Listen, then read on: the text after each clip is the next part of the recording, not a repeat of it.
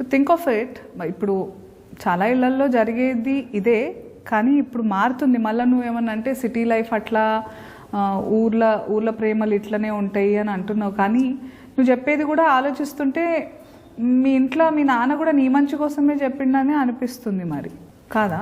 మా రాజుగారిది ప్రేమ మేడం, మా నాన్నది ఆయన మాట వినాలనే పంతం. ఇప్పుడు నువ్వు రాజుని ఎందుకు ఇష్టపడ్డావు? ఇట్లా కాళ్ళు ఒత్తుతాడు, చాలా ప్రేమగా. అది చూడు ఎట్లా చూస్తున్నావు నువ్వు. ఏమనుకోరు అంటే ఒక మాట చెప్తా, ఇట్లనే కాళ్ళు ఒత్తుతారు స్టార్టింగ్, పడ్డాక పీక నొక్కుతారు. నొక్కిందా లేదా? రాజు నన్ను తిట్టాడు, కొట్టాడు, గొడవలు పడ్డాడు అని కొన్ని సందర్భాల్లో నేను బాధపడ్డాను మేడం. కానీ దాని వెనకాల వాడి ప్రేమ, నేను ఎక్కడ దూరం అయిపోతాను అనే బాధే నాకు కనిపించింది.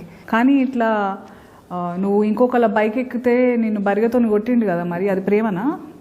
అందులో మళ్ళీ చున్నీ లేకుండా పోతే ఖాళీలో కొడతా అన్నాడు.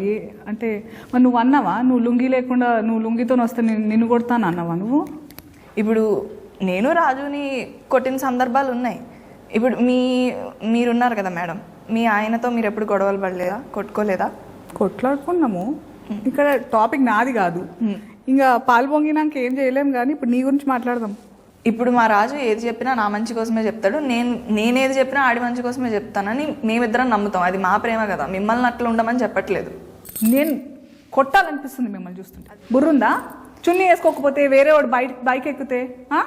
మా ఊర్లలో నన్ను ఎట్లా చూస్తారో వాడికి తెలుసు మేడం, అందుకే చెప్పిండు. నువ్వు ఊరిని ప్రేమించినవా, రాజుని ప్రేమించినవా? వాడు నా మంచి కోసం చెప్పిండు మేడం. నీ మంచి నీ బట్టలలో ఉందా? నీకు నా గురించి తెలుసా?